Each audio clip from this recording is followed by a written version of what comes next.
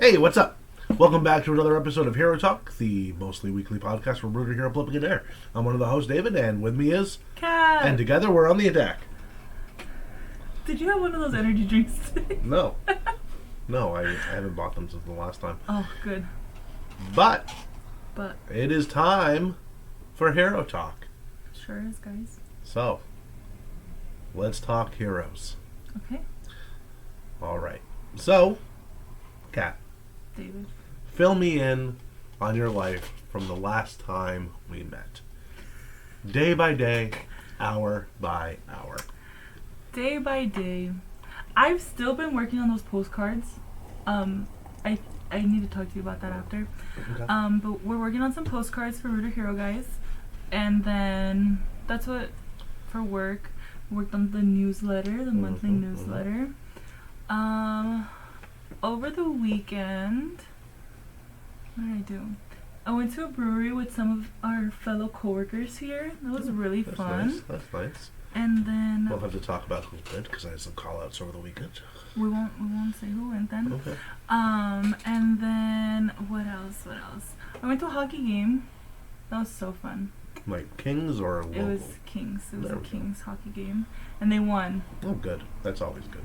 And one player got a hat trick. Do you know what that is? Yeah, they got 3 in a row. Got 3. That's so cool. I don't know why it's A hat called. trick is- I don't know why it's called the hat trick though. It just is. Okay. Yeah. And then everybody like throws their hats on the field, on the rink. That sounds dangerous. Yeah. They go out with like a bunch of bins and like pick up the hats. Okay. And my thing was like, what happens to those hats? They just lost, and hats are expensive. Yeah, they are. They are. I'm like, so all these people just like lost their hats. Well, that's what it takes to get a hat trick. That's the cost of entry. That makes sense. Yep. But it was cool. It was fun. What Yeah. about you, David? What have you been up to? Wait, I'm sorry. Is that a new book? Yeah.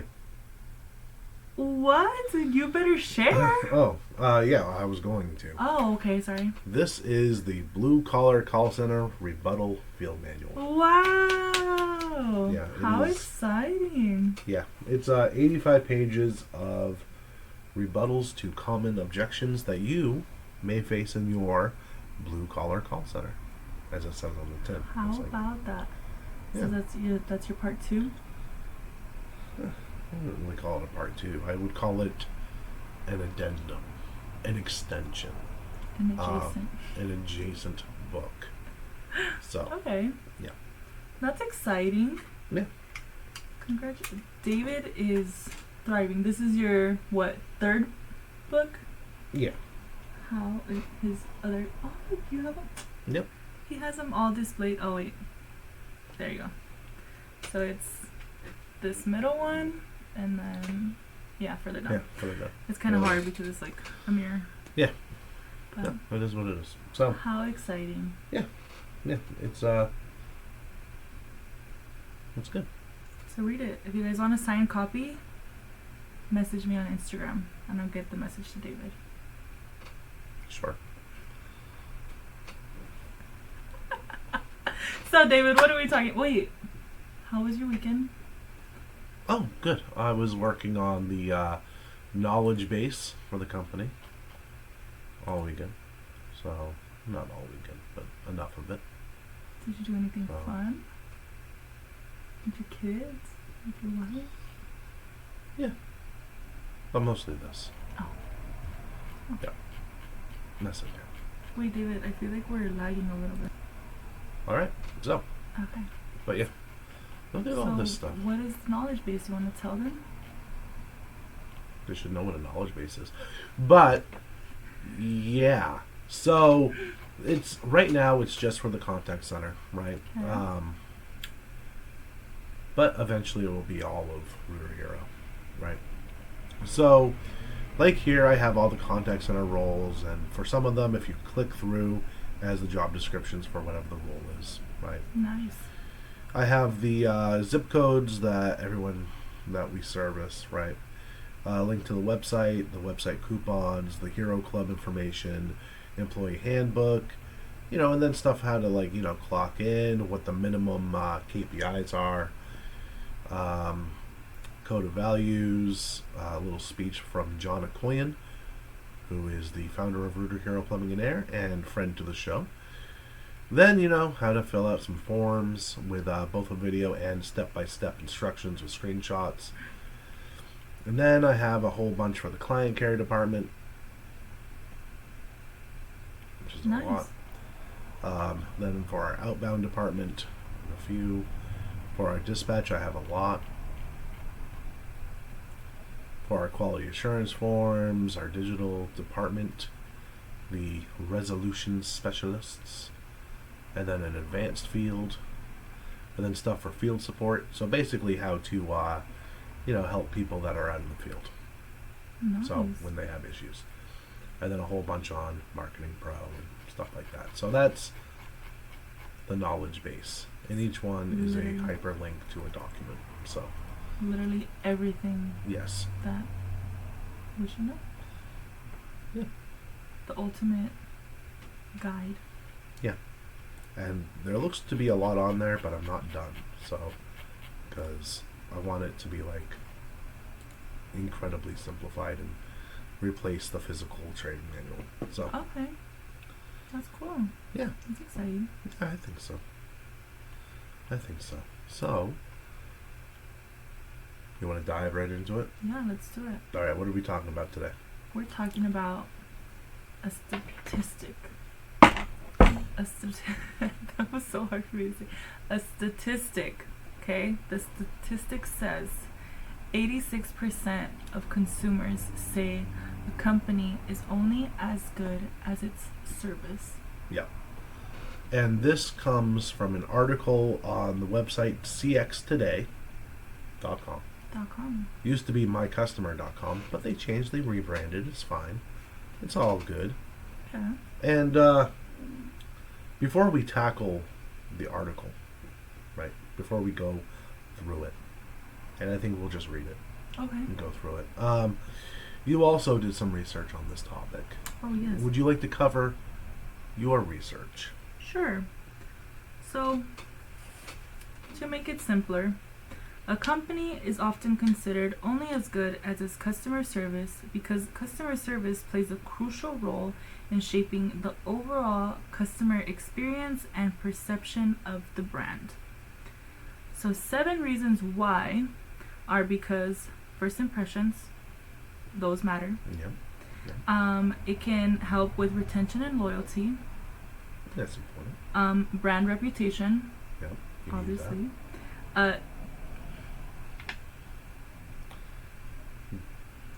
It's hard to I say. hate this word. It's a good word, It's a good word. but differentiation. Differentiation. Yes. Too many consonants. Yeah. Problem resolutions, feedback and improvement, and lastly, obviously, what you need, revenue growth. Yeah. So, All right. what does the article So, say?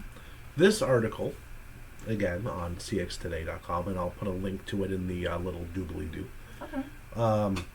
by Ginger Conlon,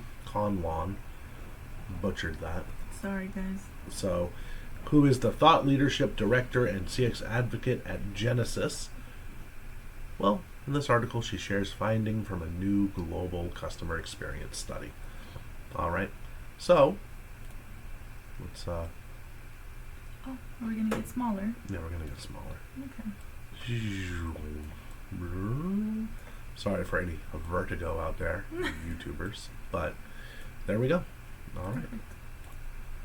yeah, that's good enough. Yeah, okay. So, as you can all see on my screen, there's the knowledge base. All right. So, starting from the beginning. 86% of global customers say a company is only as good as its service, according to a new benchmarking report from Genesis. Completely not self-serving that this is written by someone from Genesis. Okay. It's fine. Just roll with it.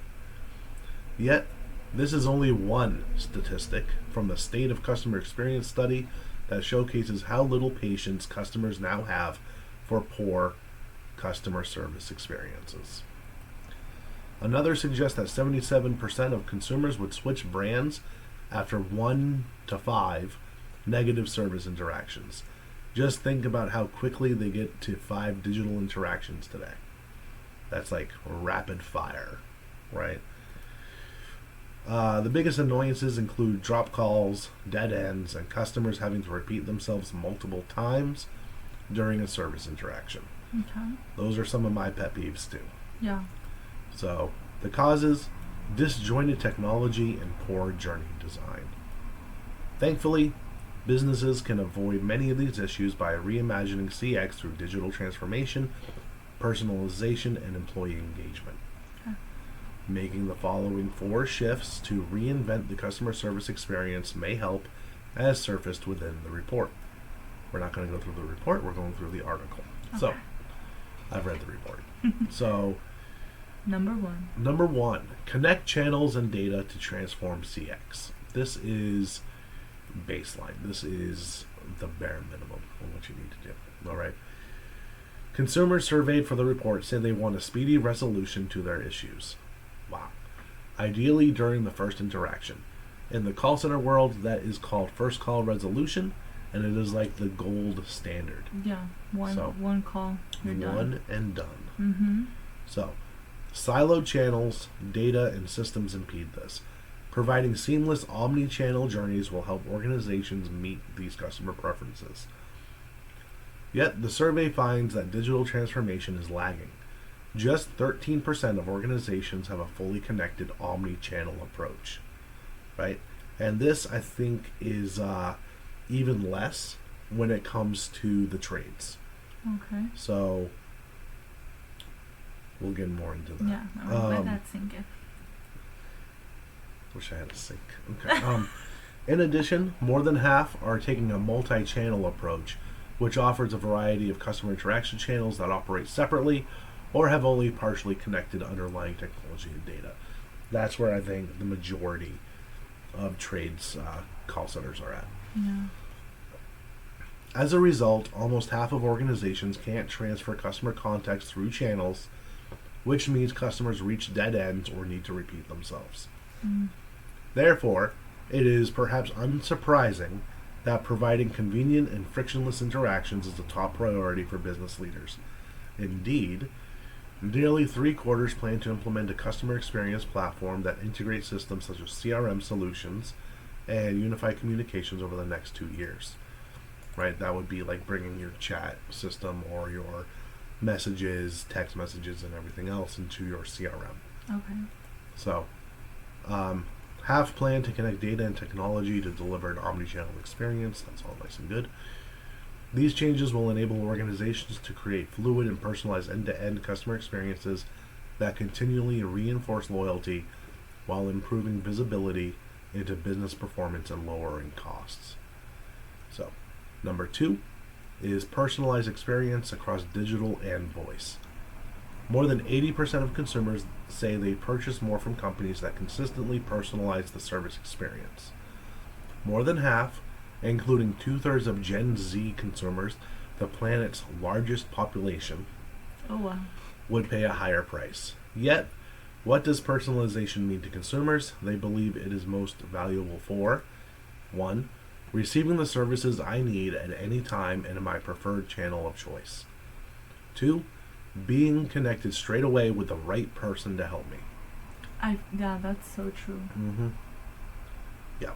It's like when you call in for like, let's say you have like multiple things that you need to talk about. Like, let's say you're calling your cable or internet company, right?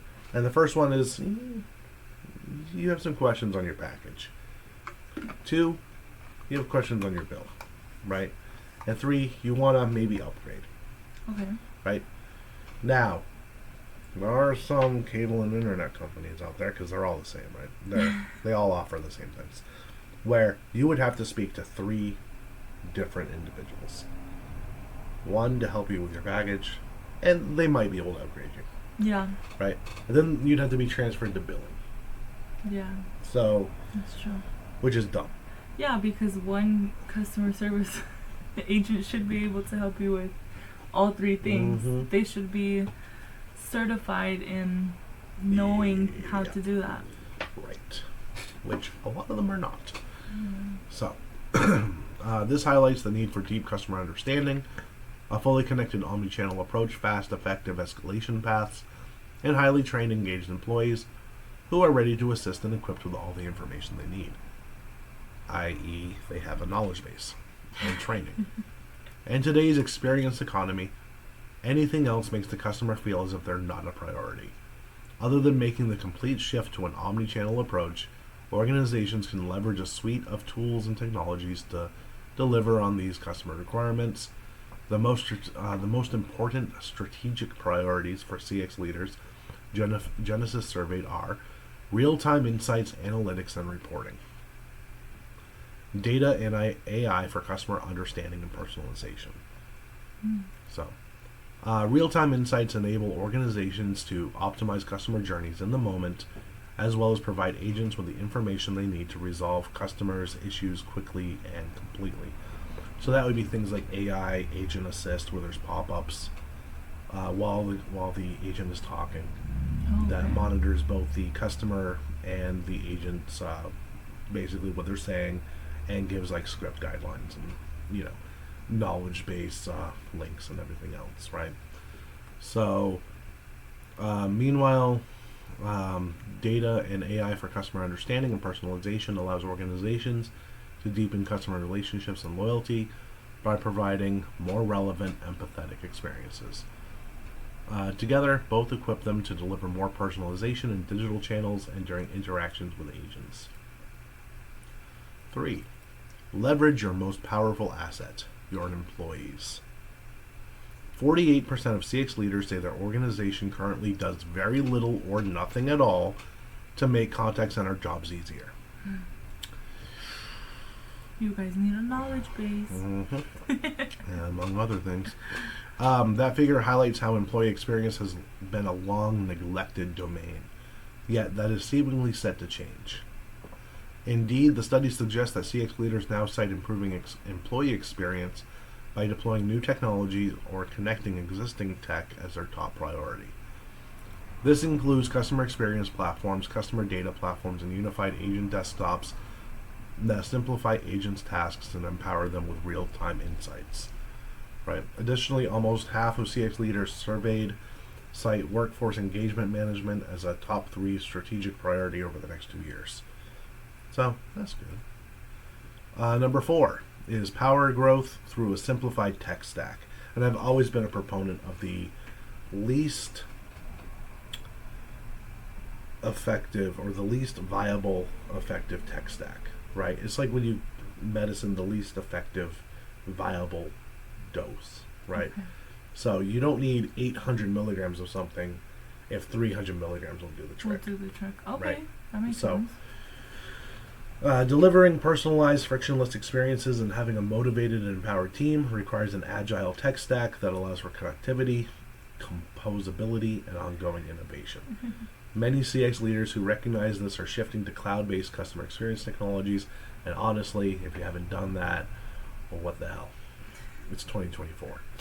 All right, operating a cloud-based customer experience platform enables them to move at the speed of the customer, personalize interactions, and empower employees. The leading benefit of the cloud is better access to data across channels, according to 57% of the CX leaders surveyed for the report. Another top benefit is having the ability to add capabilities, features, and channels faster. Okay. CX leaders also see value in using automation and AI technologies to deflect and resolve simple interactions, as well as to empower employees to handle high-value, complex, and personalized customer interactions, right? So this would be like, instead of having like a manned chat, right, on your website, you'd have a AI-empowered chatbot that can act as like a FAQ, right? With the ability for the customer to type something like "human, please," and get an actual human after, right? Yeah. So the ChatGPT empowered chatbots are not 100% there yet, just as evidenced in the last few months with the one company in the UK where a customer was able to get the AI chatbot to swear and write a poem against the company. And that's also my thing, like for example, let's go back to your example about the three things that the person was calling him for. It was the bill, the package, and the upgrade. And the upgrade. Yeah. So like this chat bot says, "Oh yeah, we can do this. These are our packages. This is this," but you need an actual person to go into the system and like change it for you, right? Yeah, sometimes. Sometimes the AI can do it themselves.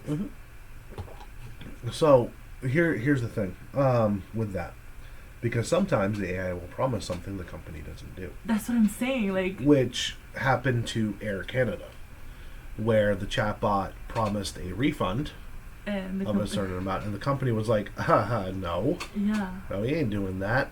And then that customer took Air Canada to court. Air Canada was like, no, this chatbot is its own legal entity. Nothing to do with us. Haha. And the court obviously was like, it's on your website. Yeah, it's yours. It's you. So Air Canada was forced to pay. Good. But yeah, it is what it is. But that's what I like. My concern was, I'm like, this could go south really fast. Oh yeah. Yeah. Let's see. Nearly half say capabilities such as agent assist tools, predictive analytics, sentiment analysis, which is amazing, and AI-driven process automation are extremely valuable, and they are. I will never say they're not. Right? Conversational AI and automation allow organizations to coordinate and intelligently steer every step of every interaction, and that leads to fast, individualized experience is at lower costs. More from the State of Customer Experience study. Genesis developed the State of Customer Experience report after surveying 5,517 consumers and 646 senior CX executives worldwide. In doing so, the vendor uncovered many more shifts in customer preferences and their experience across digital engagement channels. To dig deeper into these and check out the full report, go to the Genesis website if you want. So, there's that. Now, couple of thoughts while we still have time. Okay, so agent assist, definitely useful, right? Probably one of the best things you can have. Predictive analytics, very, very good to have. Sentiment analysis, amazing, right? You could, a lot of these softwares, you can get an alert when a call goes south or there's negative sentiment, right? So you can fix the experience in the experience, take over the call, listen in on the call, or even just while you're listening, chat in with the agent, be like, hey, what's up, chief? Is it like keywords or something that it sees? Yeah. Okay. Yeah, and tone, things like that. Got it. AI-driven process automation, very, very good to have. I'm not sold yet on conversational AI for business use. That will most likely change in the next 60 to 90 days as it keeps refining itself. So just don't be like those horror stories, where about half of CX leaders say their organization currently does very little or nothing at all to make contact center jobs easier. What the heck? That's crazy. That is. Like, what? Yeah. And that is insane. And I know there's this big push for efficiency and where you're measuring outputs more than outcomes and all that jazz, because let's face it, that's the way the economy is right now. But happier employees create happier customers. Yeah. Happier customers create a happier bank account. Yeah. It's a cycle. I feel like also that comes from like poor leadership, where it says like to make contact center jobs easier, like for example, you are making a whole knowledge base to make it easier for everyone in the contact center. Yep. I feel like that's what management should do. Like I don't know. I just feel like Yeah, no, the whole job for a manager, right, mhm. is you have to remember that as a leader, people don't work for you, you work for them. You work to make their lives and their job easier for them. You provide all the support Yeah. and all the tools that they need within reason. Yeah. If someone says, "Hey, in order to do this job, I need an exotic fish tank," that's not really in the purview of the manager, Yeah. right? That's like, okay, maybe you should work at a pet store. I don't know, but that is a crazy, crazy stat because Yeah. what are they doing to, like, if you're not making your people's job easier, you're making it harder. True. And I could just imagine the turnover rates. Yeah. So that's crazy. So yeah, and you can make it easier with a tech stack, right? You can.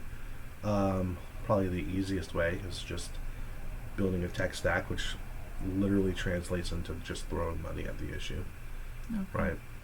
So, I mean, you can do that, or you can do everything you can to make it easier for them. Yeah. Set up training, set up a knowledge base. You don't have to have special software To do it. to Yeah. do any of this stuff, right? You can use Google Sheets or like a blogger page. You can literally use notes on any phone. Yeah, Like, it's not difficult, yeah. guys. So that's crazy. I think that's where it starts. I think it starts with the employees, like, Mm-hmm. and then from there, something that you said a lot throughout the article was personalization for the customer. Yeah. That I think that came up in all 4 of them. Yeah. Whether it's AI doing the personalization or the employees themselves doing the personalization. Mm-hmm. Even like something that you would tell us when we were on the phones, like, make sure you say the customer's name. Mm-hmm. Make sure they know that you know who you're talking to. Like, Yeah. that personalization makes it that much easier, like, Mm-hmm. to connect with the customer. And I've always said it, like, treat customers how you want to be treated as a customer. Right. And if you do that, that's like, that's all it is. Literally. in in reality. Like, I saw you also mention, like, it takes 1 to 5 times, and then, like, after that many bad Mhm. experiences, you're done. Yep. I feel like this generation, especially like what you said, like Gen Z, like, we are quick to, like, Oh, yeah. whatever, I'm not going back. Like, Yep. it's really easy to lose a customer, like, Mhm. in this day and age. And that's also because there's so many companies doing the same thing. Right. So it's like, I'm gonna go to the one with better customer service. Mm-hmm. Yeah. So. No, 100%. So, and that's yeah, it takes so much work and so much back end stuff and so much planning and all this stuff to create customer loyalty, Mhm. and it takes a split second to destroy it. Yeah, it really does. So, it is what it is. You want to talk about the fee? Alright, guys. Well, if you liked this episode, got anything out of it, also shout out to the article. We're gonna post it in the, what did you call it? Doobly doo. In the doobly-doo. Go ahead and give this video a like, comment, share, subscribe, buy David's new book, and we'll see you guys next time. All right. Bye.